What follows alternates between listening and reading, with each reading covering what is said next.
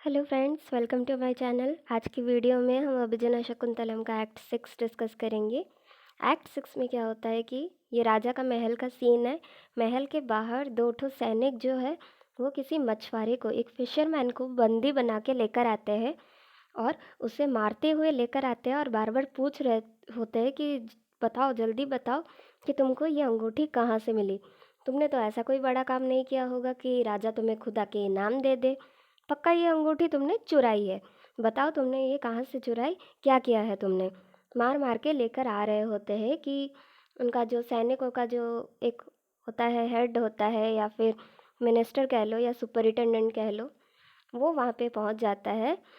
वो कहता है कि अरे रुको रुको, क्यों मार रहे हो, क्या बात है। फिर वो उन दोनों को अटकाता है, अटका के उस फिशरमैन को पूछता है कि क्या बात है, मुझे शुरुआत से सब कुछ बताओ, डिटेल में बताओ कि बात क्या है। तो वो फिशरमैन कहता है कि देखिए सर, मैं एक फ़िशरमैन हूँ, एक मछुआरा हूँ और ये हमारा ख़ानदानी पेशा है, बरसों से चला आ रहा है। मेरे पिता, मेरे दादाजी, परदादाजी सब ने यही काम किया है, मैं भी करता हूँ। और यही काम करके मैं अपने परिवार का जो है पेट पालता हूँ। ऐसे ही मैं एक दिन फ़िशिंग कर रहा था, एक रोही फ़िश मैंने पकड़ा और उस मछली को जब मैंने काटा तो फिर उसके गले में मुझे ये अंगूठी जो है अटकी हुई मिली। इस अंगूठी में राजा दुष्यंत का नाम लिखा हुआ है। तो फिर वही अंगूठी में राजा दुष्यंत का नाम देखकर सैनिकों को डाउट हो गया था कि शायद इसने अंगूठी चुराई है और ये राजा की कोई कीमती अंगूठी है। तो इसीलिए पुलिस बोलता है कि रुको रुको, इसे मारना बंद करो, राजा का नाम है, हमें ये बात जाके पहले राजा को बतानी चाहिए। तो फिर वो दोनों वहाँ पे फिशरमैन को लेकर वेट करते हैं और जो सुपरिटेंडेंट है वो अंदर जाता है, राजा दुष्यंत को इस बात की खबर देता है और वो अंगूठी भी दिखाता है। राजा दुष्यंत को वो अंगूठी देखते ही शकुंतला के बारे में सब कुछ याद आ जाता है, क्योंकि ये वही अंगूठी है जो उन्होंने शकुंतला को दी थी जाने से पहले, और शकुंतला ने गंगा रिवर में उसे गिरा दिया था, गलती से खो दिया था। राजा दुष्यंत को उसने याद दिलाने की कोशिश की थी अंगूठी के सहारे, लेकिन वो खो दी थी अंगूठी। तो ये वही अंगूठी है जो मछली निगल गई थी और इस मछुआरे को मिल गई। तो अब राजा दुष्यंत को सब कुछ याद आ चुका है। अंगूठी देखते ही एक पल के लिए वो बहुत खुश हो जाते हैं कि उन्हें सब कुछ याद आ गया। फिर दूसरे ही पल वो उन्हें जब याद आता है कि उन्होंने अपनी पत्नी के साथ किया किया है, कैसे उनको अपमान करके उनको अपने ही महल से बाहर निकाल दिया, उनको पत्नी मानने से इनकार कर दिया, तभी उनको बहुत ज़्यादा दुख होने लगता है, बहुत ज़्यादा पछतावा होने लगता है। तो फिर वो ये ऑर्डर भेजते हैं फिशरमैन के लिए कि उसे छोड़ दिया जाए। उसकी वजह से राजा को शकुंतला की याद आ गई। राजा डिक्लेयर कर देते हैं कि शकुंतला मेरी पत्नी है, मेरी गलती है, मैं उसे भूल गया था, उसकी कोई गलती है ही नहीं, वो पूरी तरह से प्योर है और वो सच में मेरी पत्नी है, कोई कलंक नहीं है उसके ऊपर। और वो जो है, वो अंगूठी की जितनी कीमत थी, बहुत ही कीमती अंगूठी है, जितनी कीमत की वो अंगूठी थी उतनी ही कीमत का पैसा और हीरे जवाहरात जो है उस फिशरमैन को इनाम के तौर पे राजा देते हैं और उसे छोड़ देते हैं। तो फिर ये जो दोनों सैनिक है बहुत चौंक जाते हैं कि अरे ऐसे कैसे, राजा ने उल्टा इनाम दे के छोड़ दिया पनिशमेंट के बजाय। तो फिर वो जो सुपरिटेंडेंट है वो कहता है कि अरे पक्का वो राजा को वो अंगूठी देखकर उन्हें याद आ गया कि शकुंतला उनकी पत्नी है, मतलब वो लड़की झूठ नहीं बोल रही थी। इसीलिए राजा को अंगूठी देखते ही, क्योंकि सब कुछ याद आ गया, वो इम्प्रेस होकर उसे रिवॉर्ड दे दिए। ये हो गया पहला सीन। उसके बाद दूसरे सीन में हम देखते हैं कि मिश्रकेशी नाम की एक अप्सरा जो है, वो अप्सरा तीर्थ मतलब अप्सराओं की जो नदी है उस पे वास करती है, वो वहाँ पे रह रही होती है। उसको मेनका कहती है कि जाओ जाके तुम देखो कि महल की अभी क्या हालत है, राजा दुष्यंत की क्या हालत है। जैसा कि आप जानते हैं कि शकुंतला मेनका की बेटी है, तो मेनका अपनी बेटी के लिए वो जाके पूछती है कि जाओ देखो वहाँ पे। मिश्रकेशी वहाँ पे एक जासूस बन के आती है। तो फिर वो क्या करती है, अपने सुपर पावर से, अपने मैजिकल पावर से खुद का भेस बदल देती है। भेस बदल के वो महल के अंदर घुस जाती है। उसके बाद वो पहले देखती है बागीचे में दो ठो दासियाँ जो है वो आपस में बातें कर रही होती है, पेड़ की तरफ देखकर कि देखो अरे जो स्प्रिंग सीज़न आ गया है, वसंत का मौसम आ गया है, वसंत का पहला फूल भी खिल गया है। और इस टाइम में तो अब तक हमें फेस्टिवल्स की तैयारी शुरू कर देनी चाहिए, लेकिन इस बार हम फेस्टिवल की तैयारी नहीं कर पा रहे। तो दूसरी दासी जो कहती है कि अरे अरे पागल हो क्या, ऐसा मत बोलो, तुम्हें पता नहीं है क्या राजा ने क्या कहा है, इस बार कोई उत्सव वगैरह नहीं मनाया जाएगा, क्योंकि उन्हें याद आ गया है कि उन्होंने अपनी पत्नी के साथ अन्याय किया है। वो शकुंतला उनकी वाइफ थी और वो बहुत ज़्यादा पछता रहे, बहुत ज़्यादा दुखी है। और इसी दुख को, इसी शोक को मनाने के लिए उन्होंने ये डिसाइड किया है कि कोई भी वसंत उत्सव नहीं मनाएगा, ना ही कोई तैयारी होगी, ना कुछ। तो मिश्र ऋषि को ये सब देखकर उसे इतना पता चल जाता है कि चलो एटलीस्ट राजा को शकुंतला की याद आ गई और उन्हें पछतावा भी हो रहा है। उसके बाद जो है राजा और विदूषका उसी एरिया में आते हैं बातें करते हुए। राजा बहुत ही ज़्यादा दुखी लगे हुए होते हैं। उनका जो हीरे जवाहरात जो जेवर वगैरह पहने हुए होते हैं, एक राजा लोग पहनते हैं, वो सब कुछ नहीं पहना हुआ होता है उन्होंने। एक नॉर्मल सा सादा सा कपड़ा पहना हुआ होता है बस, ना कोई जेवर ना कुछ। और उनको देख के ही पता चलता है कि वो कितने ज़्यादा दुखी लग रहे हैं, दिल से दिमाग से। वो एक जगह में चुपचाप बैठ जाते हैं और विदूषका के सामने अपना दुख जताने लगते हैं कि मेरी पत्नी मेरे पास आई थी, मैंने उससे कितने सारे वादे किए थे, कैसा लगा होगा उसको जब मैंने उसको पहचानने से भी इनकार कर दिया, कितना हर्ट हुई होगी वो, क्या बीती होगी उस पर, ये मैंने क्या कर दिया, इतनी बड़ी गलती कर दी कि मैं ना जी पा रहा हूँ ना मर पा रहा हूँ। मेरा जो है, मेरा मुझे नींद नहीं आती, रात को कुछ खाने का मन नहीं करता, कैसे मैं अपने इस पाप को सुधारूं, कैसे, कहाँ ढूंढूं मैं उसे, क्या मैं कभी वापस उसे ढूंढ पाऊंगा या नहीं। मेरा प्यार तो खो ही गया, लेकिन सिर्फ खोया नहीं, मैंने अपने प्यार को हर्ट भी कर दिया है। इससे मैं कैसे बाहर आऊँ, क्या वो मुझे कभी माफ़ कर पाएगी। ऐसा करके वो बहुत ज़्यादा अपना दुख जताने लगते हैं। वहाँ बागीचे में कुछ पेड़ पौधों को देखकर उन्हें शकुंतला की और ज़्यादा याद आने लगती है, क्योंकि जब वो जंगल में थी, जंगल में वैसे ही तरह के पेड़ पौधे थे कुछ सेम सेम, जो शकुंतला को बहुत पसंद थे। तो फिर वो उनकी ओर इशारा करके कहते हैं कि देखो मेरी शकुंतला को ये सारे पेड़ पौधे कितने अच्छे लगते थे, वो उनके साथ यही करती थी, वो करती थी, ऐसा करती थी, वैसा करती थी, सारा याद करवाने लगते हैं। फिर वो विदूषका के पूछते हैं कि अच्छा मैं तो भूल गया, लेकिन क्या तुम भी भूल गए थे, तुम तो मेरे साथ ही थे ना वहाँ पे, तुमने क्यों मुझे याद नहीं दिलाया। तो फिर विदूषका कहता है कि नहीं महाराज, मैं नहीं भूला था, मुझे याद था, लेकिन मैं क्या करूं, मैंने तभी आपको याद दिलाने की कोशिश की, लेकिन आप बस उसको मनगढ़ंत कहानी बता के हंसने शुरू कर दिए। मैंने एक दो बार बताया, फिर जब आप नहीं माने तो मैं चुप हो गया, और मैं क्या करता, आपके अगेंस्ट तो नहीं जा सकता था ना। फिर राजा कहते हैं कि हाँ सही कह रहे हो, मेरी ही गलती है, तुमने कहा तो था पर मैंने तुम्हारी बात नहीं मानी, क्योंकि मेरे तो पता नहीं क्या हो गया था मुझे, मैं अपना होश ही खो बैठा, सब कुछ भूल गया। उसके बाद वहाँ जो मंत्री होता है, मेन जो मंत्री होता है, दरबार में बहुत सारे मंत्री होते हैं, तो जो मेन मंत्री है वो वहाँ पे आता है और वो राजा को सलाह देता है कि अरे आप ऐसे बैठने से कैसे होगा महाराज, राज्य के सभी लोग आपका वेट कर रहे हैं, बहुत सारा काम पड़ा है, आपकी सारी ड्यूटीज़ पड़ी हुई है, आपको वो सारी पूरी करनी चाहिए। तो फिर राजा कहते हैं कि नहीं, मैं आज कुछ कर नहीं पाऊँगा, मैं करने की हालत में नहीं हूँ, तुम जाओ, तुम जाके आज मेरा जो काम है मेरी ओर से सारा राज्य का देखभाल है, सारा काम देख लो, और मुझे एक रिकॉर्ड बना के, एक जगह में लिख के एक रिकॉर्ड बना के मुझे रात को दे देना कि क्या क्या काम हुआ है, क्या क्या किया है, और जो केस तुमसे सॉल्व नहीं होता वो छोड़ देना मेरे लिए, मैं रात को देख लूँगा वो सब। उसको ऐसा कह के रिक्वेस्ट करता है और मिनिस्टर वहाँ से चला जाता है।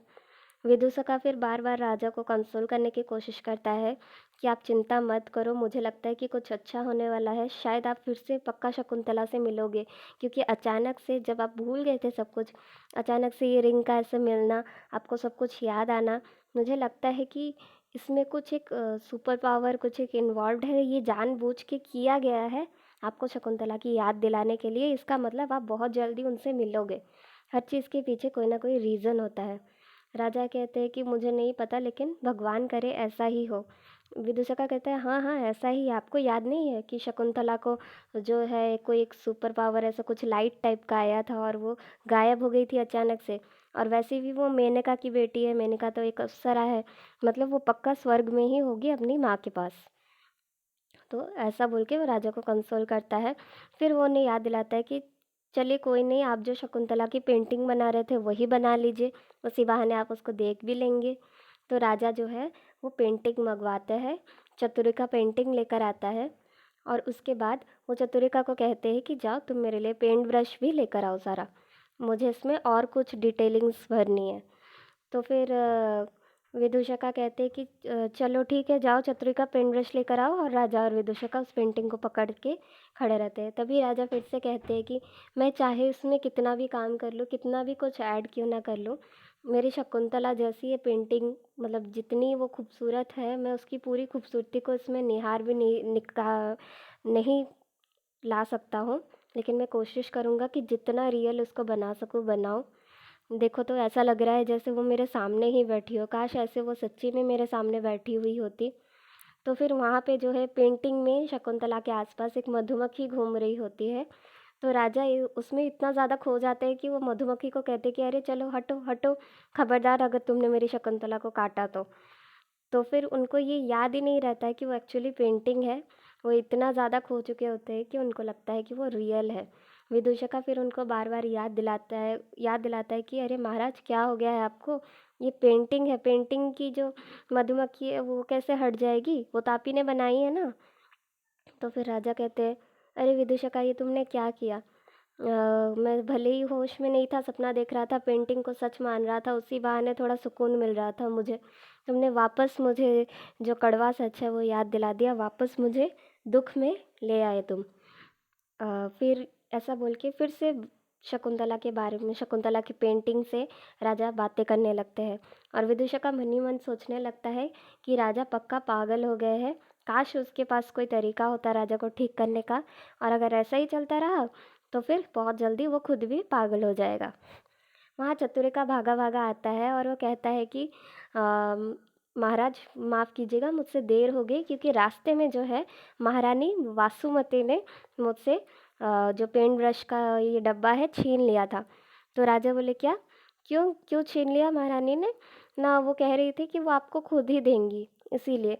तो राजा बोले अच्छा, फिर वो खुद क्यों नहीं आई। तो फिर ये कहने लगा कि जब वो आ रही थी, उनकी जो कपड़े का ड्रेस का जो पल्लू है वो कहीं पे अटक गया, इसीलिए वो यहाँ पे नहीं आ पाई, और मैं तभी ये करके कि राजा वेट कर रहे हैं कह के ऐसा करके पेन ब्रश लेकर आ गया आपके लिए। तो फिर राजा कहते हैं कि अच्छा कोई बात नहीं, ठीक है। और उसके बाद वो चतुरिका ने कहा कि महारानी ने आपको देखा था मंत्री जी के साथ बातें करते हुए, इसलिए वो खुद ही यहाँ से चली गई। तो राजा कहते हैं कि हाँ वो बहुत ज़्यादा समझदार है, उनको पता है कि कब राजा बिज़ी है, कब फ्री है, कब उनसे बातें करनी है, कब नहीं करनी है, उन्हें पता चल गया कि मैं बिज़ी हूँ, इसलिए वो नहीं आई। तो यहाँ पे छुपी हुई मिश्रकेशी जो कि इनविजिबल होके वहाँ पे सब कुछ देख रही थी, वो ये मन ही मन राजा के हर एक काम पे वो कमेंट कर रही थी, कह रही थी कि अरे चलो कितना प्यार करता है ये शकुंतला को, कैसे भूल गया था, अभी इसको सब कुछ याद आ गया है, बेचारा कितना तकलीफ़ में है, मैं अगर शकुंतला को बताऊंगी तो कितना सुकून मिलेगा, कितनी खुशी होगी उसको। उसके बाद वासुमती जो है वो राजा की एक और पत्नी है। जैसे कि मैंने कहा था कि राजा की ऑलरेडी बहुत सारी पत्नियां हैं, तो वासुमती भी उसमें से एक है। तो वो ये देख के भी बहुत खुश होती है कि राजा किसी और से प्यार करते हैं, किसी और को दिल दे बैठे हैं, लेकिन फिर भी वो अपनी दूसरी पत्नियों को नेगलेक्ट नहीं करते, सबको सम्मान देते हैं, सबको बराबर का ट्रीट करते हैं। ये सोच के वो बहुत इम्प्रेस हो जाती है। उसके बाद जो मंत्री होता है, मिनिस्टर होता है, जिसको राजा ने भेजा था राज्य का काम करने के लिए, दिन के एंड में वो मिनिस्टर वहाँ पे आता है मेमोरेंडम लेकर, एक रिकॉर्ड लेकर, जिसमें सारा दिन का जो जो हुआ है लिखा हुआ है। तो राजा पूछते हैं कि मेरे लिए कौन सा काम पेंडिंग रह गया है। तो फिर वो मिनिस्टर कहता है कि धान्यमित्र नाम का एक व्यापारी जो है, एक मर्चेंट है, जो कि समंदर से जाके व्यापार करता था दूसरे राज्यों में, वो उसकी मौत हो गई, उसका शिप जो है रास्ते में ख़राब हो गया है और उसकी मौत हो गई है।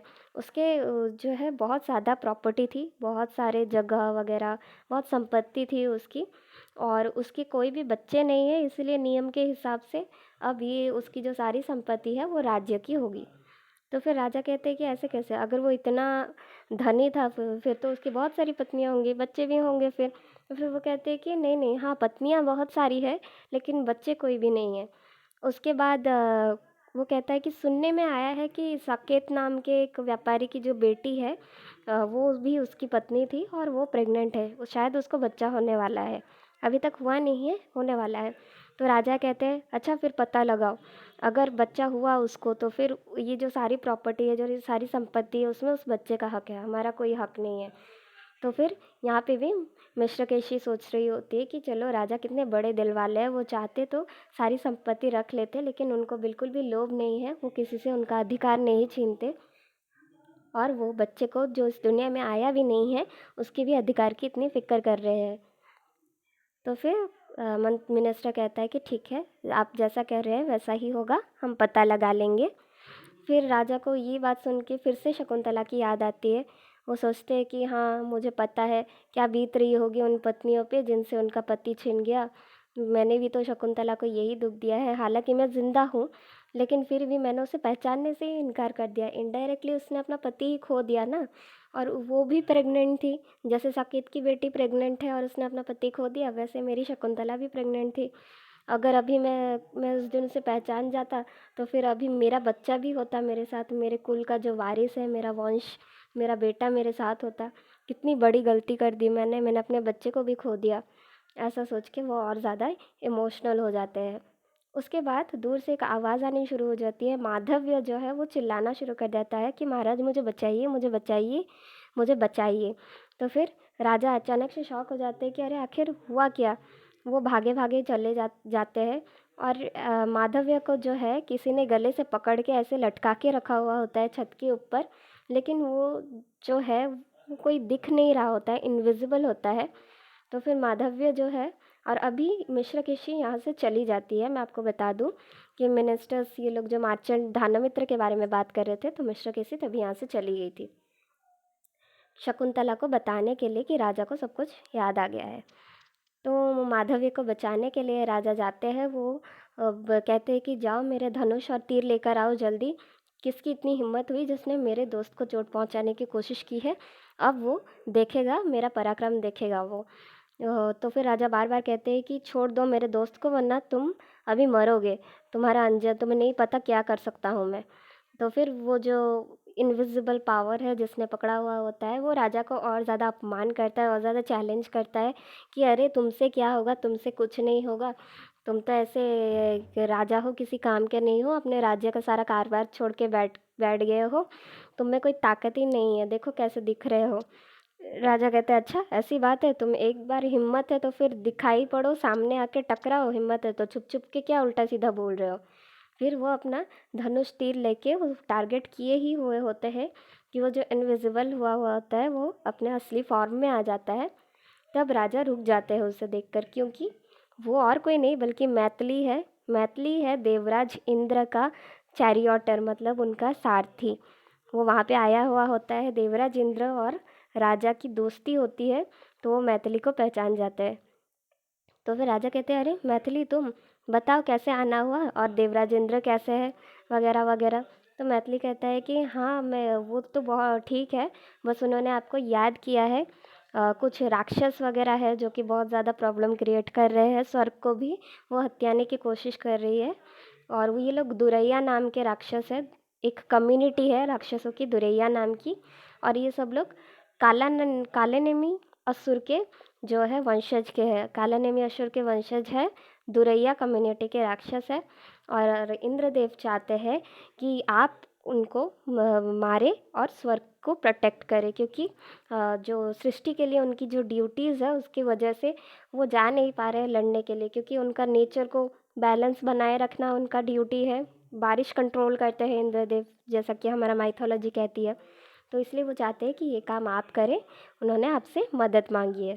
तो फिर राजा कहते हैं अरे ये भी कोई कहने की बात है, हाँ मैं ज़रूर मदद करूँगा। तो फिर मैथिली कहती है चलिए महाराज मैं आपको लेकर जाता हूँ, मुझे आपको लेने के लिए ही इंद्रदेव ने भेजा है, अपना रथ भी भेजा है उन्होंने आपके लिए, और उनके ही रथ में हम स्वर्गलोक जाएंगे। राजा कहते हैं हाँ बिल्कुल। वो निकल पड़ते हैं इंद्रलोक जाने के लिए, और रास्ते में मैथिली से पूछते हैं ये सब तो ठीक है, लेकिन तुमने माधवी के साथ ऐसा क्यों किया। तो फिर मैथिली कहता है कि मैं जब आया तब देखा कि आप बहुत अपसेट अपसेट थे, एकदम इमोशनली होके पूरा डाउन हो गए थे। एक राजा को ऐसा बिहेवियर तो शोभा नहीं देता ना। आपके अंदर का जो राजा है, आपके अंदर का जो पराक्रमी इंसान है, जो साहसी एक राजा होता है, उसको जगाने के लिए मैंने ऐसा किया, जानबूझ के आपको चैलेंज किया, आपको भड़काया, ताकि आपके अंदर का जो गुस्सा है वो बाहर आए, आपके अंदर का जो राजा है वो वापस बाहर आ जाए और आप लड़ने के लिए तैयार हो जाओ, एकदम मूड में आ जाओ लड़ने के लिए। तो राजा कहते हैं, ओ अच्छा ठीक है, अभी मैं समझ गया। तो यहीं पे एक्ट 6 ख़त्म होता है। मिलते हैं अगली वीडियो में एक्ट 7, जो कि इस बुक का लास्ट एक्ट है, और उसमें कहानी ख़त्म हो जाएगी। मुझे कमेंट सेक्शन में बताइएगा कि वीडियो पसंद आई कि नहीं आई, कैसी लगी, और लाइक और शेयर करना बिल्कुल मत भूलिएगा। जिन लोगों ने सब्सक्राइब नहीं किया है, प्लीज़ प्लीज़ प्लीज़ जल्दी सब्सक्राइब कर दो। और तब तक के लिए गुड बाय, थैंक यू।